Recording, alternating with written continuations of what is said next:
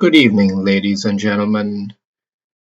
I have been away for a while now, but today we're going to analyze a game between Kumar and Ramesh Pasupati.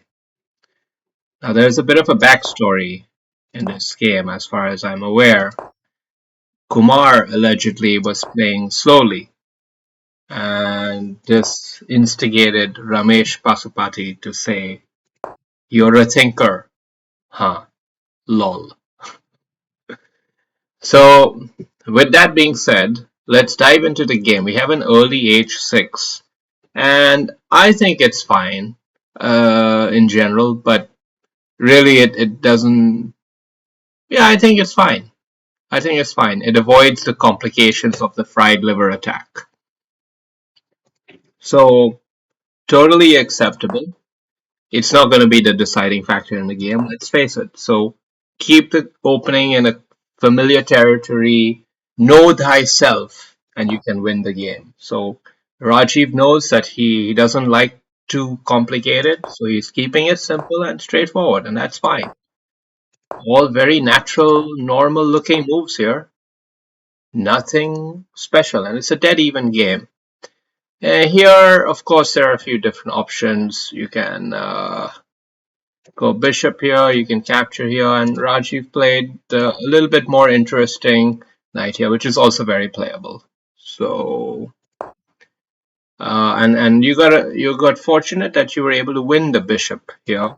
I think better would have probably been, I don't know, something else. Bishop back here, and then if you capture, he can kill with his pawn, and that's not such a bad structure for him. Doubled pawns here is not such a big deal. The pawn on the A file and the H file is like worth half a pawn. So it's generally good to capture in the center. So I would have played this back. Anyway, here you nicely win a central pawn, and he also gives up this knight, which I think was unnecessary. I think he should have just taken back here and oh right, he would have taken this pawn. So it makes sense. Okay. So it's all good, and you already have a good advantageous position, and there's a lot of loose pawns here, a lot of light squared pawns which are very vulnerable. So this move, I don't know. I think you could even go with a5 directly here. Why play humble if what you're really concerned about is b4? Then this is probably better, slightly better, but anyway, it's all the same, and this is a fine move. It's a fine move. Bishop b6, probably okay, but personally, I would probably go bishop a7. Anyway, it doesn't matter because he played bishop e3 next, and you just traded it off. He captured back with a pawn, which is a bit odd, right? I don't think he needed to do that. He could have taken back with the queens right there. He was worried about losing that pawn. Okay. Okay. But now, it's just too much pressure that's starting to build up here because you've got this threat, you've got this threat, and you're remaining focused on this pawn with potentially this angle. So it's just too much pressure for white, and yeah. So he loses a central pawn and then loses the second pawn. And Rajiv is clinical, just keeping it simple, taking the easy pieces and applying good pressure. This is a good move. I like the intensity. Every move has a purpose, a real genuine threat, and just picking up the pawns one by one. Really, really elegant play, actually. And now with the pressure being released, with a healthy advantage, it's time to trade off material, keep things simple, and hold on to what you got.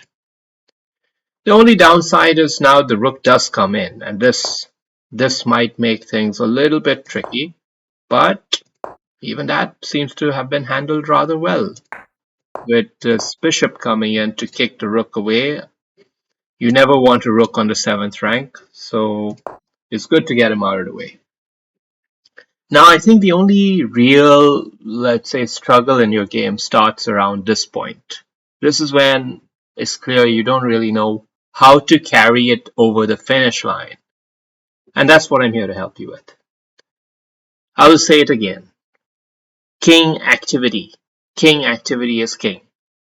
Cash is king, and the king is the king of the endgame. So right here, you just gotta get your king to the center of the board. That's what you gotta do. What is this? Rook shuffling around.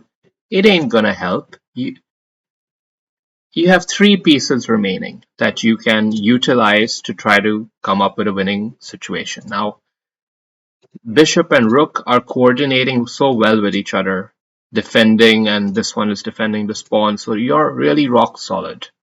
But your king is out of the game, and his king is ready to do something.